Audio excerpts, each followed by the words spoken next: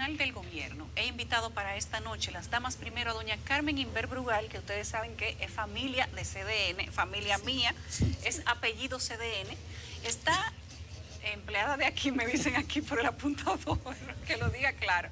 Felipe Vallejos, que es consultor en comunicación, y está Raúl Hernández, que es experto en gestión de proyectos, planificación y desarrollo. Buenas noches a todos. Muchas gracias. Cuando se habla de comunicación, ellos tienen como una expresión amable porque tienen sus carabinas preparadas. Están listos. ¿Cómo analizan ustedes este año y un par de meses de política comunicacional del gobierno? Van cerca de 13, 14 veces que se emiten informaciones y que luego se corrigen, por decirlo de alguna manera, porque le hacen correcciones. Podríamos empezar preguntando si esto es poner el oído en el corazón del pueblo, empatizar con la gente, escucharlos y conectar con ellos, o si es simplemente algún tipo de falta de experiencia o falta de planificación. Empecemos con la doctora Carmen Inver Brugal. Bueno, el dilema es que yo he escuchado lo que ellos piensan al respecto. Entonces te lleva a Gabela. Entonces yo no quiero coincidir con ninguno de los dos, porque los caballeros dicen, bueno, eso lo hacen siempre, eso es... Mira, quizás hay y naturalmente yo no soy experta en estos asuntos, he comunicado desde los años 90, pero hay una especie de percepción, y siempre he dicho que la narrativa presidencial es excelente, los estrategas son excelentes. Pienso que está dirigida a un grupo social, no sé hasta qué punto desde esa clase media, pop y de plaza, va bajando a las otras clases, aunque es muy pegajoso todo, pero este asunto de decido y después para atrás, y nosotros que hablábamos de Camaño, de regímenes autoritarios, puede ser fascinante porque mira qué horizontal es el presidente. Pero mira qué humilde. Sí, todavía no hemos llegado al momento de la absoluta democracia participativa que ni siquiera en Grecia existió, donde el que tiene el mandato del electorado, tiene que consultarlo todo, porque eso, con todo el respeto, y con todo el respeto a esa plaza demandante, y ni siquiera estoy diciendo las redes, que las redes me digan lo que yo debo hacer, pero de alguna manera por eso él es el presidente de cualquier país, es el primero entre los iguales. Y aunque sea autoritarismo, aunque sea machismo, pero tú necesitas saber que hay una persona que tiene, y voy a decir algo que como feminista es horrible, pero que tiene el mando de la cosa pública. Entonces, qué bonito, qué presidente que escucha, que oye, pero ¿a quién escucha? ¿A quién oye? ¿Y por quién detiene algunas medidas que en cierto sentido algunas son muy importantes? Entonces eso es lo que pienso hasta ahora. Felipe Vallejos. Gracias, buenas noches. En términos generales creo que el gobierno siempre es comparado odiosamente con su antecesor. Le tengo innumerables críticas públicas y por tanto he sido tachado de antidanilista o leonelista, bueno. Pero siempre he dicho que el gobierno de Danilo Medina 2012-2016, 2012-2016 específicamente, es para enmarcarlo en términos comunicacionales. Fue magistral. Me parece que llegaron con una hoja de ruta muy clara y eso evidentemente marcó en muchos sentidos la popularidad de Medina porque sabía a lo que iba.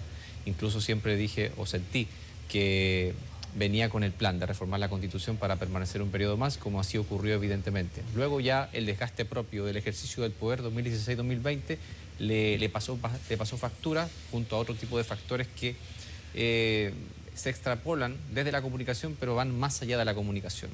En el caso del presidente Luis Abinader, sentí del principio que venía en un contexto muy difícil que de pandemia, pero también sentí que se apresuró a ser la figura estelar a nivel nacional desde que ganó el 5 de julio hasta el 16 de agosto del año 2020, causando expectativa todas las tardes con esto de los tuit decretos, diciendo fulano de tal será nombrado el 16 de agosto en tal posición. Entonces adquirió el protagonismo, inmediatamente ganó las elecciones del 5 de julio y me parece que no respetó el proceso de transición entre el 5 de julio y el 16 de agosto y comenzó ese desgaste natural de un gobierno que, dicho sea de paso, venía con una presión extra porque la luna de miel no iba a ser tal, dada la situación general.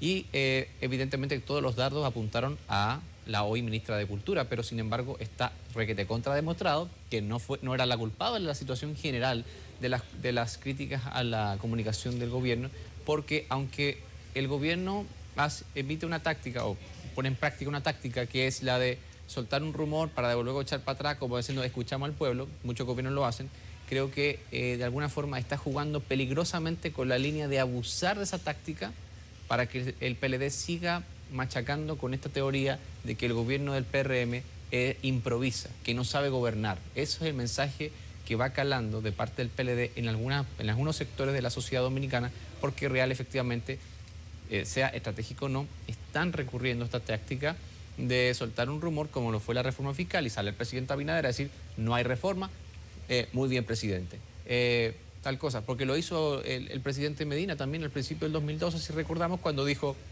la nómina pública debe bajar de 600.000 a 150.000 o 250.000.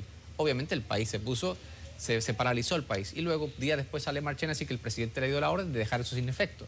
Bravo, presidente. Entonces, este tipo de tácticas son usadas, pero considero que están en en esa línea muy delgada de abusar de una táctica que se les puede ir en contra. Raúl Hernández. Sí, en el ámbito de la comunicación política, por ejemplo, en América Latina, hay un autor que es Mario Riola, de origen argentino, que ha trabajado mucho, claro, él no es el que acuñó el concepto de construccionismo, a lo que se refiere Felipe Vallejo, y para que la gente nos entienda, voy a usar la metáfora del chapulín colorado. Todos recordamos a ese personaje que llegaba, no contaban con mi astucia. ¿Qué ocurre con el construccionismo? Crea problemas, enfatiza problemas, para después aparecer el presidente de la República como el personaje que resuelve y ofrece solución. Eso es parte de un guión en materia de comunicación. Eso se ha estudiado. Hay gobiernos que crean situaciones así para dar la sensación ante la sociedad de que responden de manera eficiente. Sin embargo, hay un error que se está caracterizando este gobierno. Usted empezó muy bien, Carmen, estableciendo que se puede establecer como que el presidente es una persona que hace acopio de aquello de que rectificar es de sabios. Sin embargo, hay un riesgo muy alto en esta situación, porque recordemos que en materia de comunicación tenemos que ver la parte de la percepción. Recuerden que hay una línea muy débil, muy tenue, entre la realidad y la percepción. ¿Y qué está ocurriendo en la percepción de la población? Estamos viendo un gobierno que muestra muchos signos de debilidad, porque van asociados con una falta, obviamente, de planificación. Pero quiero destacar un elemento que ha salido a la luz ahora en el debate nacional, con este tema de la terciarización, del fideicomiso, todo el debate que se ha generado en la sociedad dominicana, y se ha pasado por alto una información que se dio a conocer en octubre del año pasado. Resulta que la decisión que toma el presidente de unificar, ustedes se acuerdan, la Dirección de Comunicación con la DIAPI, que era la Dirección de Estrategia que dirigía el fallecido, este señor que falleció ahora, Carlos Dore, en los gobiernos de Leonel Fernández. Se unificaron ambas en una sola entidad, que es la Dirección de Estrategia y Comunicación Gubernamental. Pues miren, curiosamente, el gobierno llamó a una licitación, Carmen, de 400 millones de pesos para contratar a un tercero para que le haga todo el tema de la gestión de la comunicación, desde un plan hasta todo el proceso que tiene que ver. Pero eso no era la colocación de publicidad. No solamente comunicación publicitaria. Estamos hablando de la estrategia en general. Eso me llama mucho la atención. No sé qué opinará Felipe, pero Yulisa, yo en los años que tengo impartiendo, por ejemplo, comunicación gubernamental con mis estudiantes en la Universidad Autónoma de Santo Domingo, estudiantes de comunicación, periodismo, de relaciones públicas, puedo decirles a ustedes que me llamó poderosamente la atención cuando yo vi que el gobierno dominicano justificó un documento de 17 páginas la contratación de terceros para gestionar la comunicación. Eso realmente llamó la atención porque no se ha hablado mucho de esto, se ha hablado mucho de fideicomiso y de otras acciones dentro de la esfera gubernamental, pero en materia de comunicación, repito, no sé qué opinará Felipe, pero yo en mi caso nunca he visto un caso como ese. Y para cerrar, hay un libro de un autor argentino, Giovanni Saltori, que se llama Homo Videns, y en ese libro él plantea lo que estaba diciendo Carmen, el tema relacionado con las decisiones que se toman y como el dominicano lo entiende, reculando, es decir, rectificando decisiones. hay un calificativo que utiliza Giovanni Sartori en su libro, que él habla de la sondeodependencia. Él acusa a gobiernos en los Estados Unidos que toman las decisiones y dependen mucho de ese monitoreo de la opinión pública que se lleva a cabo cada semana. Y él establece que esos son gobiernos sondeodependientes. Y llevando esto al terreno dominicano, tenemos entonces una gestión de gobierno donde el gobernante, es decir, el presidente de la República, asume todo el protagonismo, y eso implica muchos riesgos porque su personalidad que proyecta en la sociedad se va a ver muy erosionada, porque va a haber mucho cuestionamiento de sectores que no están de agrado. Por ejemplo, ahora se está discutiendo el tema de los impuestos a Netflix, a sectores de clase media que se van a ver afectados por este tipo de decisiones. Entonces, el presidente de la República es la figura que asume todos estos procesos de transmisión de mensajes desde la esfera gubernamental, y vemos entonces un gobierno que tiene una ausencia de voceros. Es tan así, y ahí termino este planteamiento, que Yayo, que es el director de aduanas, ahora ustedes pueden apreciar lo que acaba de ocurrir. Fue prácticamente lacerado en las redes sociales. Él hizo un señalamiento sobre las pacas, que es un sector de la población dominicana que se favorece contra la traída al país de ropa que es usada. Dice algo al principio y después va a otro programa y plantea otro mensaje, es decir, una contradicción de mensajes que provienen de un importante funcionario como él, y entonces remite a un gobierno a personificar y generar entonces una situación que se dio con Vicente Fox en México, y es una visibilidad del presidente. Es decir, el presidente de la República aparece en demasiados escenarios de manera permanente. Ya yo pedí permiso para preguntar como parte de la familia CDN.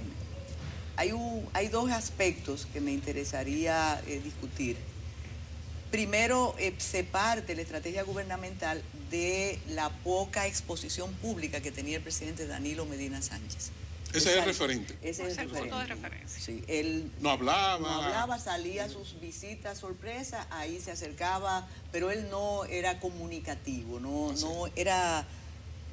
En segundo lugar, no sé por qué la experiencia de don Hipólito Mejía no está en el tapete. Don Hipólito hablaba mañana, tarde y noche, y para personas que dirigen periódicos, eso es muy difícil, porque una noticia de la mañana, cuando viene la tarde ya hay otra superior, y eso le está pasando al presidente. Ahora, la pregunta para ustedes como expertos: ¿puede sostenerse un proyecto gubernamental solo atendiendo a un sector social? Pero eso yo te lo voy a contestar tras la pausa, porque parece que necesitan pensar.